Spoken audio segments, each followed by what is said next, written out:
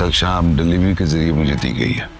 ये कौन है जो हमारी यूं छुप के मदद कर रहा है? अरे मूसा कैसे हार सकता है, वो भी एक मामूली कबाड़ी असलम से?